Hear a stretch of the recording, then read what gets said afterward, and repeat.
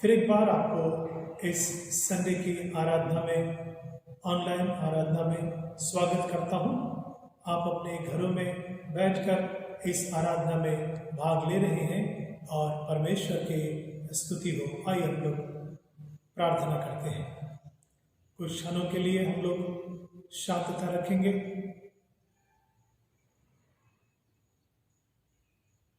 सर्वशक्तिमान ईश्वर, हम आपको धन्यवाद देते हैं आपकी आराधना करने के लिए आपके सम्मुख हम आए हैं। आपकी आराधना सच्चाई और आत्मा में हो। प्रभु, आपको अनुभव करने का अनुभव हमें दीजिए। हमारे गीतों के द्वारा, शब्दों के द्वारा, वचनों के द्वारा हम आपके आराधना कर पाए, ऐसा आप कीजिए प्रभु के नाम में, आमीन। सबको आराधना में ले जाने के लिए और स्तुति आराधना करने के लिए नौजवान लोग हमारे साथ में हैं। उनके साथ मिलकर हम गीत गाएंगे और परमेश्वर की स्तुति करेंगे। सभी को जय मसीह की। परमेश्वर ने अपने सुबह सा समय हमारे जीवन में दिखाया, इसके परमेश्वर की धन्यवाद होती है। क्यों ना कुछ गीतों को गाकर परमेश्वर की स्तुति आराधना करें। तारक तो सामर्थ्य यीशु ने युगा युगा है, इस गीत को गाकर परमेश्वर की स्तुति आराधना करें।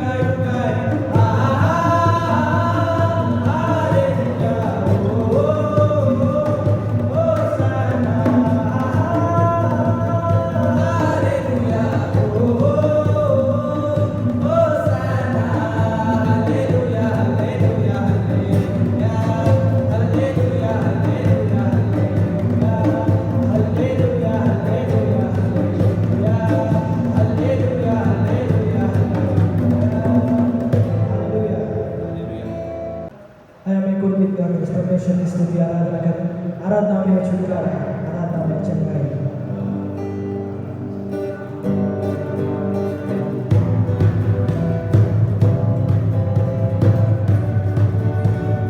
आराधना में है छुटकारा, आराधना में है चंगाई।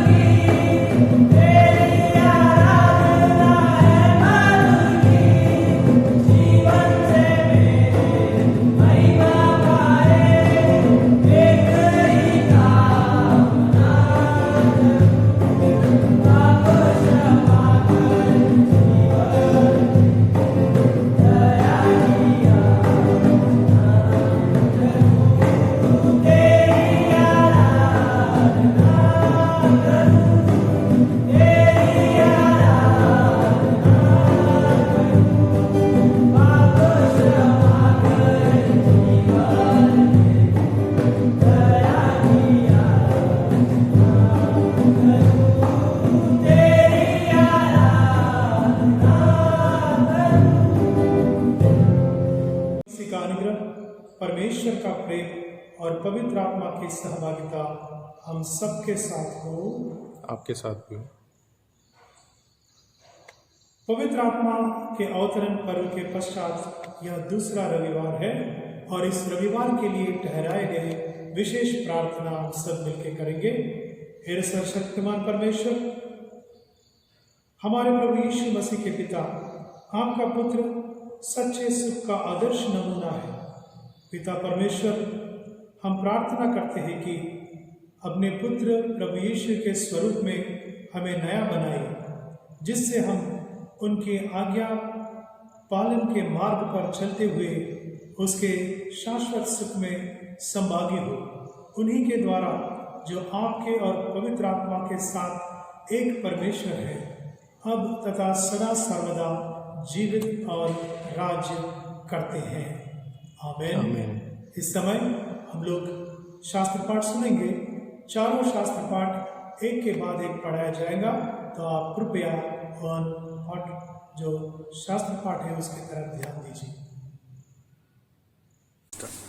Acts chapter 2 verse 1 to 11.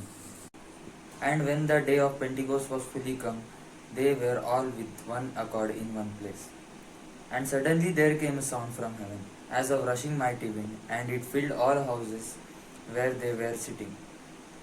And there appeared unto them cloven tongues like as of fire, and it sat upon each of them.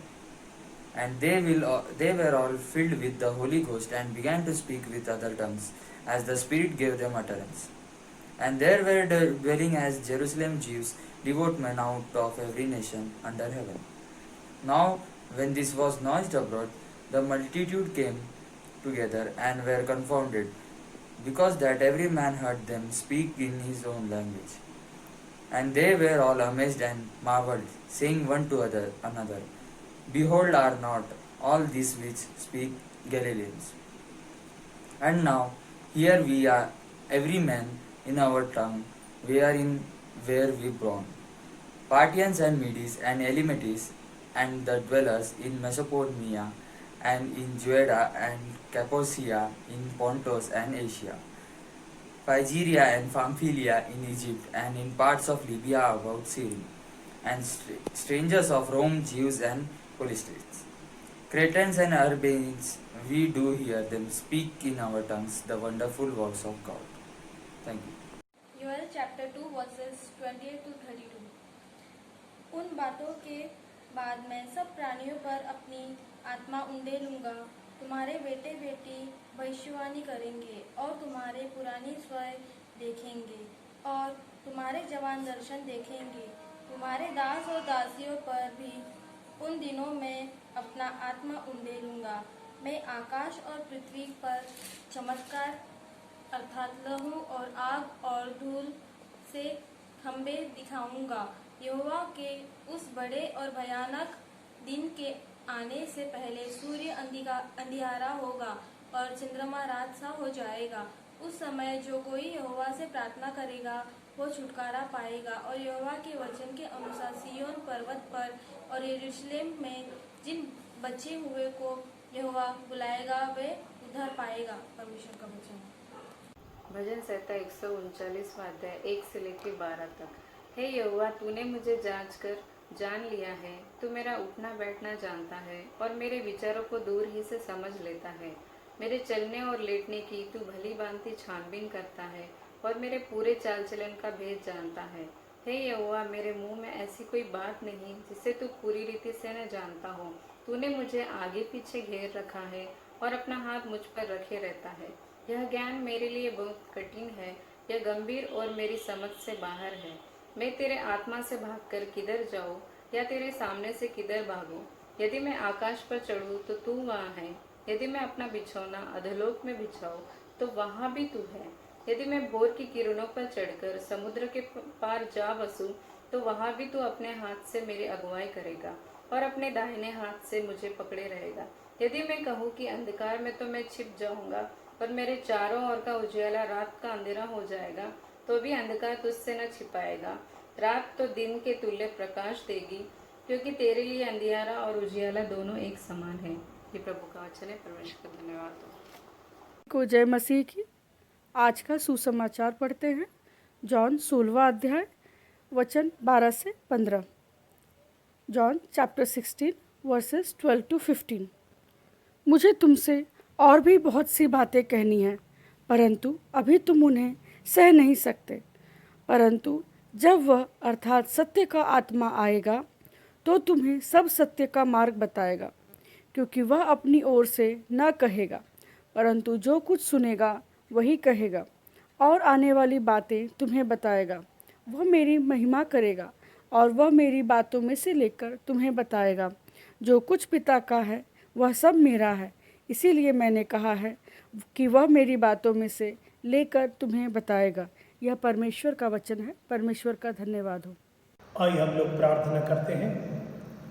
मेरे मुख्य शब्द, हमारे मनों के विचार आपके योग्य हो, पिता, पुत्र और पवित्र आत्मा के नाम में आमीन। प्रिय भाई और बहनों, पिछले कुछ हफ्तों से हम लोग पवित्र आत्मा के ऊपर में अध्ययन कर रहे थे। पहला जो विषय था, पवित्र आत्मा भेजने का परमेश्वर का प्रतिज्ञा, और इसके ऊपर में हम लोग एक संडे अध्ययन किए थे।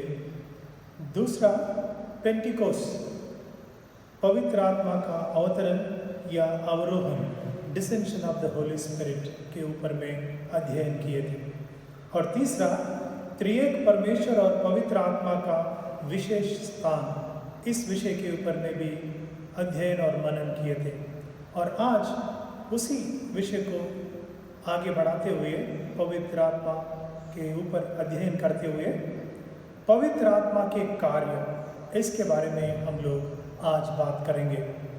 इसमें 10 विषय मैं आपके सामने लाने जा रहा हूँ जो पवित्र आत्मा के विशेष कार्य उनके सेविकाई के द्वारा हमारे अनुभव आता है।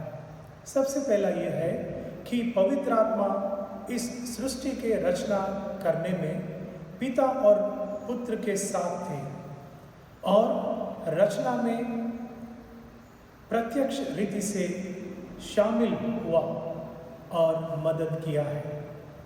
इसका मतलब है जो सारी सृष्टि की रचना हुई परमेश्वर की ओर से, उस समय तीनों पिता, पुत्र और पवित्र आत्मा के द्वारा ही इसका रचना हुआ है। पिता और पुत्र के जैसे पवित्र आत्मा भी उनकी योगदान इस रचना में की है। हम लोग इस बात को उत्पत्ति के किताब उसका पहला अध्याय 2 वचन में देखते हैं कि पानी के ऊपर में परमेश्वर का आत्मा मंडरा रहा था और जिसके कारण सारी सृष्टि का रचना हुई है। और इसी बात को हम लोग अय्यूब की किताब उसके 33वां अध्याय 4 वचन में देखते हैं। इस सृष्टि को न केवल रचना करने में परंतु इसको तरोताज़ और रखने में, उस सृष्टि को पुनर्जीवित करने में वह मदद करते हैं। इसका मतलब है to sustain the entire creation the Holi Spirit works. इस पूरी सृष्टि को बरकरार रखने के लिए, उसको जिस तरह परमेश्वर चाहा उस तरह उसको बना के रखने के लिए पवित्र आत्मा कार्य करते हैं लोगों के द्वारा। हम लोग इस बात को भजन संहिता उसका 104 और 30 वचन में देखते हैं। फिर तू अपने सांस मतलब आत्मा भेजता है और वे सिरजे जाते हैं और तू धरती को नया कर देता है। यहाँ न केवल सृष्टि की रचना के बारे में परंतु उस धरती को नया किस तरह परमेश्वर की आत्मा बनाता है उसके बारे में लिखा हुआ है। और दूसरी बात यह है, पवित्र आत्मा दुनिया को मतलब लोगों को पाप पश्चाताप के बारे में कन्विंस और कन्विक्ट करते हैं। पाप को मानना कोई साधारण बात नहीं है। कोई भी व्यक्ति अपनी गलती को, पाप को मानते नहीं है। इवन अपन प्रचार करने से ही प्रचार करने पर भी, और प्रचार बहुत सुंदर शब्दों में, अच्छे शब्दों में हम लोग करने के बावजूद भी लोग अपने पापों का अंगीकार नहीं करते और पाप के बारे में कन्विक्ट नहीं होते। यह बात जो है सिर्फ और सिर्फ पवित्र आत्मा के द्वारा ही होता है। हम लोग यूहन्ना रचित समाचार उसका 16वां अध्याय 8 से 11 में पढ़ते हैं। वहाँ पे लिखा हुआ है, पवित्र आत्मा आकर संसार को पाप और धार्मिकता के और न्याय के विषय में निरुत्तर करता है, कन्विक्ट करता है। इसका मतलब है कि पवित्र आत्मा भेजा जाने से, उनके ही मदद से एक हृदय में कार्य होता है। और जब पवित्र आत्मा एक व्यक्ति के हृदय में काम करते हैं और वो व्यक्ति पिघल जाता है, ही ब्रेक्स, और उस समय में वो पाप क्षमा के निमित्त प्रार्थना करते हैं और प्रभु के पास आ जाते हैं। तीसरी बात यह है कि पवित्र आत्मा कोई नई टीचिंग या उपदेश करने वाला नहीं है। जो पिता और पुत्र ने जो टीचिंग किया है, उपदेश किया है, उससे हटकर कोई नई बात को वो संसार में या कलीसिया के साथ बताने वाला नहीं है। वो इतिहास में जो परमेश्वर ने किया हुआ कार्य को और प्रभु यीशु के सारे उपदेश को लोगों को उनके दिलों तक पहुंचाते हैं और वो सही मायने में उन तक पहुंचाते हैं। और जब इन बातों को पवित्र आत्मा के द्वारा लोगों तक पहुंचते हैं तो लोग उसको समझ जाते हैं। यहाँ लिखा हुआ है यूहन्ना रचित सुसमाचार उसका 16वां अध्याय 13 से 15 वचन में, परंतु जब वह अर्थात सत्य का आत्मा आएगा तो तुम्हें सब सत्य के मार्ग बताएगा, क्योंकि वह अपनी ओर से ना कहेगा और बातें जो कुछ सुनेगा वही बताएगा, और आने वाले बातें तुम्हें बताएगा, मेरी बातों में से लेकर तुम्हें बताएगा। इन बातों को प्रभु यीशु अपने चेलों के साथ कर रहे हैं। जब पवित्र आत्मा के बारे में, उनका भेजे जाने के बारे में बात कर रहे थे, उनको समझा रहे थे कि जब पवित्र आत्मा आएगा वह मेरे ही उपदेशों में से, मेरे ही बातों में से लेकर आपको समझाने का कार्य करेगा और आने वाले पीढ़ियों को समझाने का कार्य वह करेंगे। चौथी बात यह है कि पवित्र आत्मा पवित्र शास्त्र बाइबल का लेखक है। कई बार हम लोग बोलते हैं कि पवित्र शास्त्र बाइबल जो है इसका लेखक कौन है, कितने लोग ने इस बाइबल को लिखे हैं। और संडे स्कूल में हमने सीखे हैं और अभी भी इस बात को हम लोग मानते हैं कि कम से कम 40 लोग अलग अलग समय पे, अलग अलग बैकग्राउंड से, अलग अलग जगहों से आने वाले लोग इस पवित्र शास्त्र को लिखा है।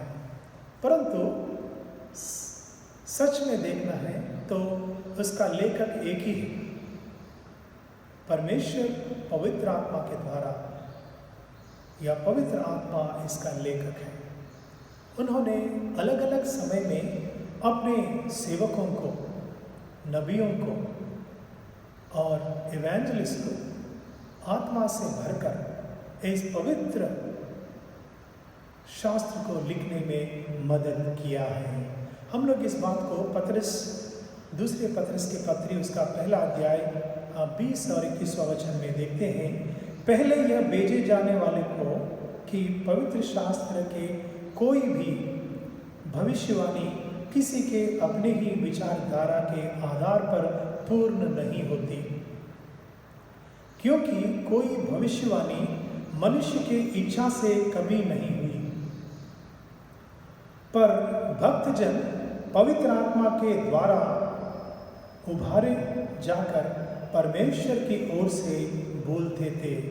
और जिन बातों को उन्होंने बोले हैं, जिसको हम ओरल ट्रेडिशन कहते हैं, हजारों सालों से जो भविष्यवाणी की गई, और उन बातों को पवित्र आत्मा जिनमें कार्य किया है, उन लोग पवित्र आत्मा के द्वारा इन बातों को लिखे हैं।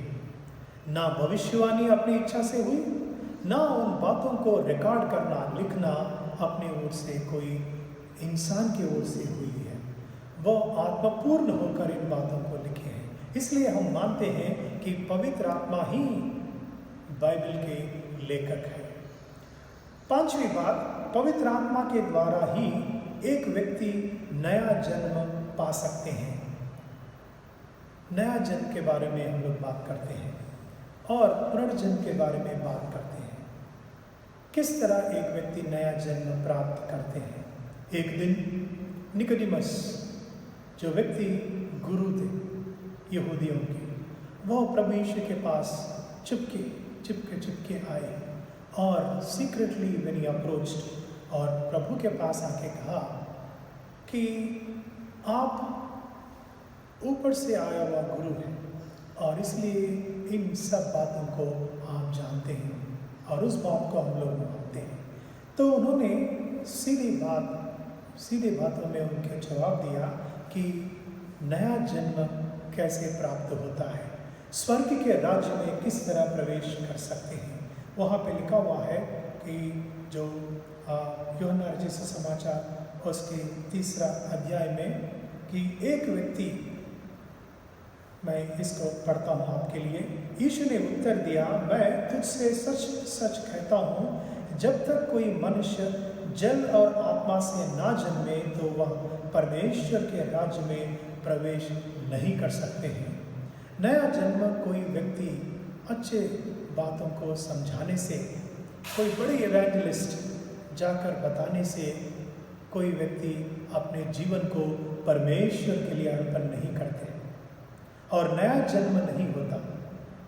यह नया जन्म पवित्र आत्मा के द्वारा ही होता है और पवित्र आत्मा ही उन्हें जन्म देते हैं और यह साफ साफ पवित्र शास्त्र में लिखा हुआ है। छठवीं बात यह है कि एक विश्वासी को पवित्र आत्मा परमेश्वर के पवित्र वचन से अवगत कराते हैं। इवन हम लोग जो बाइबल को पढ़ते हैं उसको समझने के लिए हर विश्वासी को परमेश्वर पवित्र आत्मा का हेल्प चाहिए, उनके मार्गदर्शन चाहिए और उनके इंस्पिरेशन चाहिए, ताकि हम लोग उन बातों को सही तरीके से समझें, गलत ना समझें और किस संदर्भ में वे बातें बोले गए और आज के संदर्भ में उन बातों का मीनिंग क्या है उसको समझना है।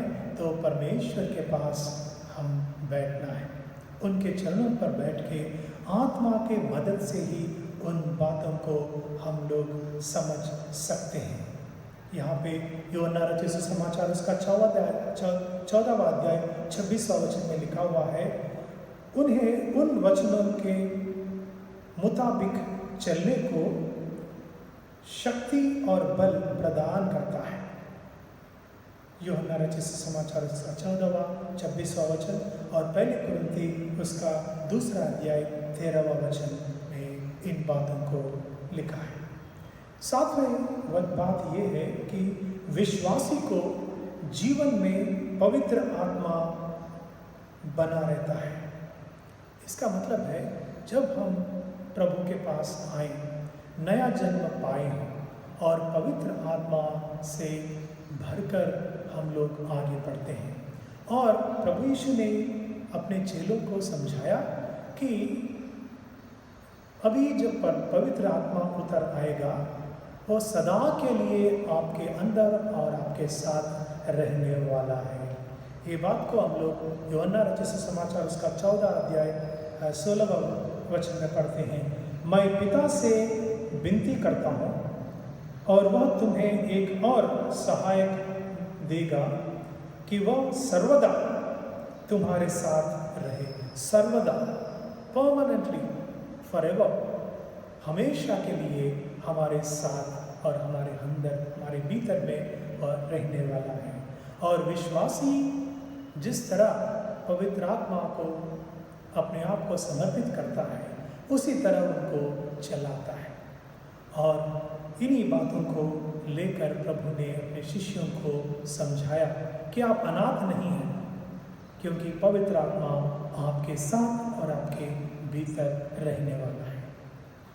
और आठवीं बात यह है कि विश्वासी को समय समय पर आत्मा पूर्ण करते हैं। Filling of the Holi Spirit, fullness of the Holi Spirit, आत्मा पूर्ण होना, आत्मा से भरकर रहना, ये जो अनुभव है इसके बारे में हम लोग आने वाले हफ्तों में बहुत स्पष्ट तरीके से अध्ययन करेंगे। परंतु आज मैं इस बात को आपके सामने ला रहा हूँ कि विश्वासियों को अलग अलग परमेश्वर के कार्य करने के लिए, to be in the mission of God effectively, प्रभाव की काम करने के लिए प्रभु उनको आत्मपूर्ण बनाते हैं।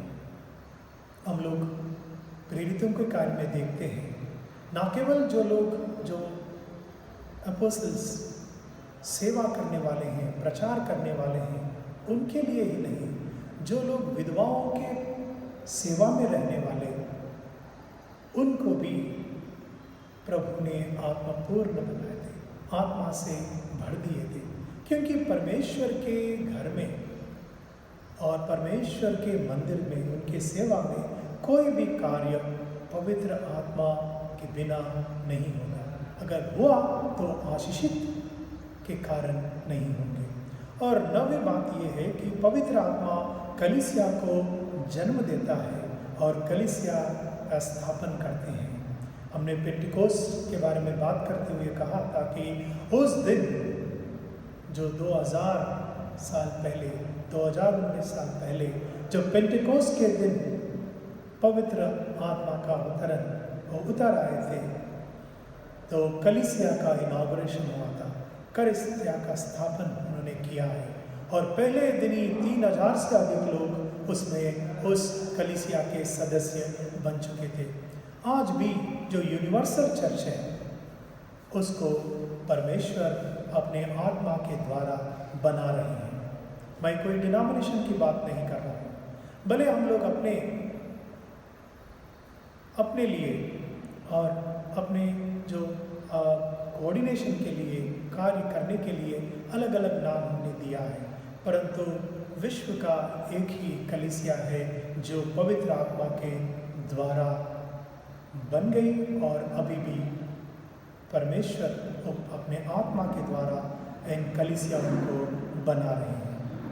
और 10वीं बात यह है, आखिरी बात यह है कि पवित्र आत्मा जगत को, सारे जगत को, विशेषकर उनके सार्वत्रिक कलीसिया को प्रभु यीशु के दूसरे आगमन के लिए, परमेश्वर के राज्य के लिए तैयार कर रहे हैं। आमीन, हालेलुया।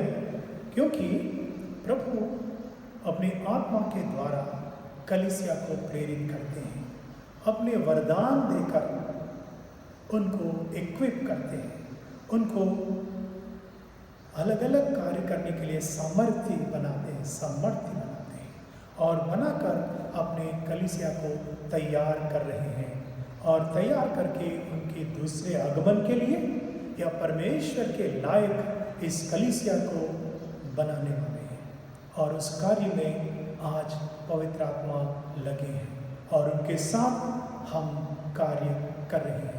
प्रभु हमारी सहायता करे इन बातों को समझने के लिए। मैंने इनको 3 भागों में आपको बताया कि सारी सृष्टि में पवित्र आत्मा का कार्य क्या है, जगत में वो किस तरह के कार्य कर रही हैं, विश्वासियों के जीवन में किस तरह के कार्य कर रहे हैं और अपने कलीसिया के साथ और कलीसिया के अंदर में पवित्र आत्मा किस तरह के कार्य कर रहे हैं। इन बातों को हम लोग ने अध्ययन किए हैं और आने वाले हफ्तों में और भी हम लोग पवित्र आत्मा के बारे में अध्ययन करेंगे। आमीन। का पुकार मैं करना चाहता हूँ। मैं सेंट थॉमस चर्च गुब्बूस पास्तरी क्षेत्र के कुमार सैमुअल जयराज मिठावार और हाउस ऑफ डेस्टिनी चर्च के कुमारी दीपिका संतोष बिनेकर के विवाह की सूचना देता हूँ। यदि आप में से कोई व्यक्ति ऐसा कोई उचित कारण जानता है जिससे इन दोनों का विवाह में जोड़ा जाना विधि सम्मत ना हो, तो वह इस मंडली के प्रभारी पुरोहित को लिखित रूप में सूचित करे। एक और विवाह की पुकार है। मैं सेंट थॉमस चर्च गुब्बूस पास्तरी क्षेत्र के कुमारी स्नेहा रानी जयराज मिठावार और द किंग्स टेम्पल सिकंदराबाद के कुमार स्टीफन रेगू के विवाह की सूचना देता हूँ। यदि आप में से कोई व्यक्ति ऐसा कोई उचित कारण जानता है जिससे इन दोनों का विवाह में जोड़ा जाना विधि सम्मत ना हो, तो वह इस मंडली के प्रभारी पुरोहित को लिखित रूप में सूचित करे। मैं सेंट थॉमस चर्च के ओर से जवानों के लिए जूम ऐप के द्वारा आई एंड माई फेथ, मैं और मेरी विश्वास सीरीज को हम लोग शुरू कर रहे हैं और इसके ऊपर डिस्कशंस होंगे। यह हफ्ते में एक बार होंगे। वह बुधवार वेडनेसडे को 7 बजे से 7:45 बजे तक 45 मिनट्स का रहेगा। यूथ गुब्बूस के और गुब्बूस के बाहर के, इस चर्च के और दूसरे चर्चेस के यूथ भी इसमें भाग ले सकते हैं। आप सबको निमंत्रण है। इस समय कुछ सूचनाएं मैं आपको देना चाहता हूँ। प्रियो, सेंट थॉमस चर्च फिर एक बार दुख के सागर में डूब चुकी है। 4 दिन पहले 10 तारीख को एक और यूथ जवान नितिन पोगला का मौत हुआ। 10 तारीख रात लगभग 8:30 बजे एक दुर्घटना में नितिन का मौत हुआ। नितिन एक अच्छे क्वालिफाइड नौजवान थे। उन्होंने होटल मैनेजमेंट किया और MBA करके WCL में काम कर रहे थे। नितिन एक एक्टिव यूथ के रूप में Saint Thomas Church youth fellowship में काम कर चुके हैं। वो एक स्पोर्ट्स पर्सन थे। क्रिकेट उनके दिल के करीब थे और उसका हॉबी था। नितिन 2 साल पहले सेंट माइकल चर्च दुर्गापुर में उनके मेंबरशिप का ट्रांसफ़र करवा लिया। मृत्यु के समय उसका आयु सिर्फ 35 था। उनके पत्नी क्रिस्टिना, 1 साल का बच्चा केविन और उनके माताजी ताराबाई पोगला के लिए, सारे परिवार जनों के लिए यह एक इरेपरेबल लॉस है। इन सबको आपकी व्यक्तिगत और पारिवारिक प्रार्थना में कृपया याद कीजिए। सिर्फ और सिर्फ पवित्र आत्मा ही इनको सांत्वना दे सकते हैं। आइए हम प्रार्थना करते हैं। सर्वशक्तिमान ईश्वर, ये जीवन जो है आपसे मिली हुई एक तोहफा है। प्रभु, आप इस दुनिया में जब हमें भेजते हैं, हम यात्री बनकर आते हैं और जब आप बुलाते हैं तो वापस हमारे घर लौटते हैं। नितिन का मौत हम सबको दुख के सागर में छोड़ दिया है। इस दुर्घटना के कारण जो मौत हुआ, दोनों कलीसियाओं में और उनके परिवार में एक इरेपरेबल लॉस हुआ है और इस नुकसान को सिर्फ आप ही भर सकते हैं। प्रभु, इनके द्वारा जो प्रभावित मित्रगण, पारिवारिक के सदस्य और कलीसिया के सदस्य जो है, उन सब में प्रभु आप तसल्ली लाइए, सांत्वना दीजिए। उनकी पत्नी क्रिस्टिना, उनकी बेटी और उनके माताजी, उनको प्रभु हम आपके हाथों में रखते हैं। उनके बहनों को और प्रभु सारे परिवारजनों को आपके पास हम लाते हैं। प्रभु, सिर्फ और सिर्फ आप आत्मा ही हमें तसल्ली दे सकते हैं, सही मायने में सांत्वना दे सकते हैं। इसलिए हम आपके पास आकर गिड़गिड़ाते हैं। प्रभु के नाम में आमीन। सभी को प्रेज द लॉर्ड। सबसे पहले मैं परमेश्वर को धन्यवाद देना चाहता हूँ आज के इस सुंदर से दिन के लिए जो कि परमेश्वर ने हमारे जीवन में दिखाया है, ताकि हम उसकी स्तुति और आराधना कर सकें। और आज के इस ऑनलाइन आराधना में शामिल होने के लिए मैं आप सबको धन्यवाद देना चाहता हूँ। और इस समय हमारे बीच में हमारे कलीसिया के सदस्य श्रीमती ताराबाई पोगला, इनके सुपुत्र श्री नितिन पोगला हमारे बीच नहीं रहे। 4 दिन पहले एक सड़क दुर्घटना में उनकी दुखद मृत्यु हुई है और 1 महीने के भीतर हमारे कलीसिया के 2 एक्टिव जवानों की इस तरह से मृत्यु हमारे लिए काफ़ी दुखद है। हमारे कलीसिया को इससे काफ़ी क्षति पहुंची है। और नितिन पोगला बहुत ही अच्छे एक्टिव यूथ मेंबर थे और बहुत ही प्रेमी उनका स्वभाव था और बहुत ही दयालु रूप के वो इंसान थे और हमेशा लोगों की सहायता करने में वो विश्वास रखते थे। और कभी किसी तरह की कोई राजनीति में उनको कोई दिलचस्पी नहीं थी। हमेशा सोशल वर्क में काफ़ी एक्टिव रहते थे। किसी को भी ज़रूरत पड़ती थी तो वो दौड़कर आ जाया करते थे, चाहे दोस्तों के लिए हो, रिश्तेदारों के लिए हो, परिवार के सदस्यों के लिए हो, हर किसी के लिए वो हमेशा मदद करने के लिए तत्पर रहते थे। इतना ही नहीं, उनकी माता ताराबाई पोगला और उनके तीनों बहनों के लिए वो एक आधार स्तंभ के रूप में उनके परिवार में थे और उनके इस तरह से चले जाने से उनके परिवार को बहुत बड़ी क्षति पहुंची है।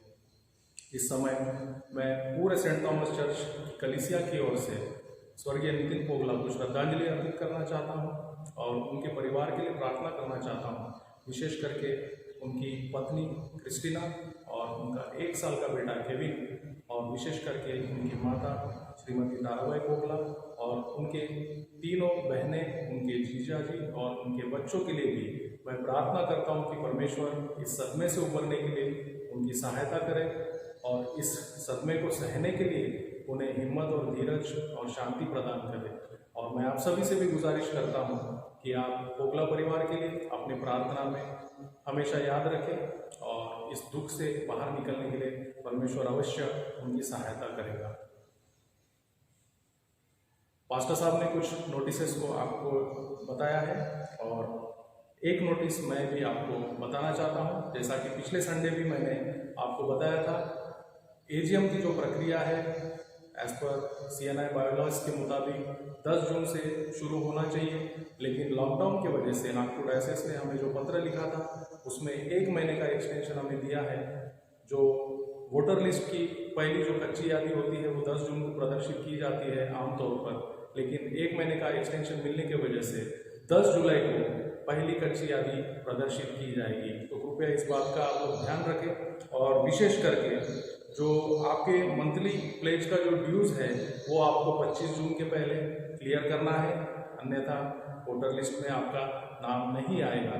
तो कृपया इस बात का आप लोग ध्यान रखें। ट्रेजरर से आप संपर्क कर सकते हैं, मुझसे आप संपर्क कर सकते हैं, पास्टर साहब से आप संपर्क कर सकते हैं और मंथली प्लेज के लिए अनिल जॉन आपके घरों तक आ रहे हैं। उसके अलावा यदि अगर आप ऑनलाइन ट्रांसफ़र भी करना चाहते हैं तो सेंट थॉमस चर्च का जो अकाउंट है यूको बैंक में, उसका अकाउंट नंबर और IFSC कोड भी अगर आपको लगता है तो हम आपको दे सकते हैं। अगर आप पर्सनली यहाँ पर आकर मंथली प्लेज अगर नहीं दे पा रहे हैं तो ऑनलाइन ट्रांसफ़र की भी सुविधा हम आपको दे सकते हैं। तो कृपया इन सारी बातों को आप ध्यान में रखें और यहाँ पर मैं अपने सूचनाओं को समाप्त करता हूँ। प्रभु का धन्यवाद। इस समय कोयर के द्वारा, जवानों के द्वारा एक विशेष गीत होगी और उस समय आप लोग अपने परिवारों में एक एनवलप में अपने ऑफरिंग निकाल के रखिए और वो सभी लोग सब परिवार के उस एनवलप में संडे के ऑफिटरी डाल सकते हैं ये गीत के समय, और उसके लिए ऑफिटरी गीत के बाद प्रार्थना भी करेंगे।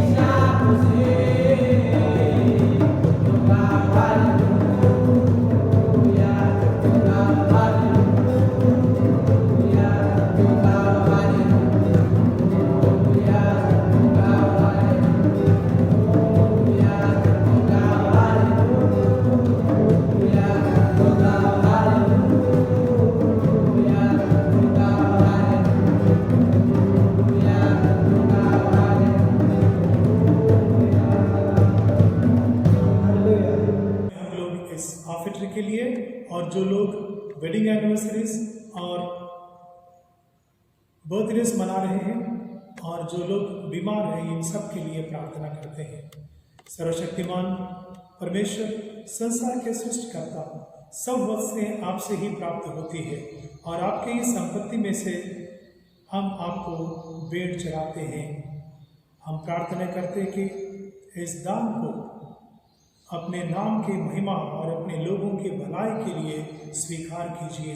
उसी तरह प्रभु हमारे कलीसिया में जो लोग इस हफ्ते में वेडिंग एनिवर्सरीज और बर्थडेज मनाया है उन सबको आपके हाथ में रखते हैं। जो नया साल उनके जीवन में प्रवेश किया है और वो उनके लिए बरकत और आशीषित के हो। और उसी तरह हमारे कलीसिया में जो लोग बीमार हैं उनको भी आपके हाथ में रखते हैं। चंगाई देने वाला परमेश्वर आप ही है, प्रभु के नाम में आमीन। परहित निवेदन होंगे और परहित निवेदन करने के समय आप भी प्रार्थना में रहिए। हम समस्त मानव जाति के लिए प्रार्थना करें और अपनी प्रार्थनाओं को प्रभु यीशु मसीह के निरंतर निवेदन के लिए अर्पित करें। हे पिता, हम प्रार्थना करते हैं कि समस्त संसार में न्याय और शांति स्थापित हो और प्रत्येक व्यक्ति भरपूर जीवन प्राप्त करे। हे दयावान प्रभु, हमारी प्रार्थना सुनिए। उन सब लोगों के लिए जो इस गांव नगर में रहते हैं, उन सब बातों को दूर करने के लिए जिनसे आपसी फूट और झगड़े होते हैं और हमारे देश में सच्ची एकता बढ़ती के लिए, हे दयावान प्रभु, हमारी प्रार्थना सुनिए। उन सब लोगों के लिए जो कृषि उद्योग अथवा व्यापार में लगे हुए हैं, सब मजदूरों और कारागिरों के लिए, उन सब के लिए जो हमारे देश की रक्षा करते हैं, हे दयावान प्रभु, हमारी प्रार्थना सुनिए। अध्यापक, छात्र, वैज्ञानिक, लेखक, कलाकारों, उन सब व्यक्तियों के लिए जो अन्य लोगों को विचारों को भावनाओं को प्रभावित करते हैं, हे दयावान प्रभु, हमारी प्रार्थना सुनिए। उन सब लोगों के लिए जो दुखी है, बेरोजगार है, भूखे प्यासे हैं, दरिद्र और दलित है, बीमार और मरणासन्न है, उन सब व्यक्तियों के लिए जो ऐसे लोगों की सेवा और सहायता करते हैं, हे दयावान प्रभु, हमारी प्रार्थना सुनिए। हमारे तथा अन्य देशों के सब शासकों के लिए, विशेषकर हमारे राष्ट्रपति, प्रधानमंत्री, इस राज्य के राज्यपाल और मुख्यमंत्री, उनके लिए जो लोगों पर किसी प्रकार का अधिकार रखते हैं, हे दयावान प्रभु, हमारी प्रार्थना सुनिए। संपूर्ण मसीह समाज की एकता और मेल मिलाप के लिए और समस्त संसार में उसकी गवाही और सेवा कार्य के लिए, हे दयावान प्रभु, हमारी प्रार्थना सुनिए। भारत में आपकी समस्त कलीसिया के लिए, उसके परिषद अथवा अगुओं, विशेषकर हमारे प्रमुख धर्माचार्य, दक्षिण भारत कलीसिया के प्रमुख धर्माचार्य, मार्तोमा कलीसिया के मेट्रोपॉलिटन, हमारे धर्माचार्य बिशप, हमारे पूर्वजों और आपकी कलीसिया के सब धर्म सेवकों के लिए कि वे सच्चाई और लगन में आपकी सेवा करें, हे दयावान प्रभु, हमारी प्रार्थना सुनिए। यह बर्थडे आपके उन सब भक्तों के साथ जिन्होंने अपने जीवन में सच्चाई और आपकी सेवा की है, हम भी आपके राज्य के शाश्वत आनंद में संभागी हो सके। हे दयावान प्रभु, हमारी प्रार्थना सुनिए। हे स्वर्गीय पिता, अपने राज्य को शीघ्र प्रकट कीजिए और हमारी इन प्रार्थनाओं को सुनिए। हम आपके पुत्र, अपने प्रभु और उद्धारकर्ता यीशु मसीह के नाम से मांगते हैं, आमीन। प्रभु की प्रार्थना कहेंगे। हे हमारे पिता, तू जो स्वर्ग में है, तेरा नाम पवित्र माना जाए, तेरा राज जाए, तेरी इच्छा जैसी स्वर्ग में पूर्ण होती है वैसे पृथ्वी पर भी हो। हमारी दिन भर की रोटी आज हमें दे, जैसे हमने अपराधियों को क्षमा किया है वैसे तो हमारे अपराधों को क्षमा कर, और हमें परीक्षा में न ला परंतु बुराई से बचा, क्योंकि राज्य, पराक्रम और महिमा अब और सदा तेरी है। आमीन। हमारे प्रभु यीशु मसीह का अनुग्रह, परमेश्वर पिता का प्यार, पवित्र आत्मा की संगति और सहभागिता हम सबके साथ अब और सदैव बने रहे। आमीन। आमीन। शालोम।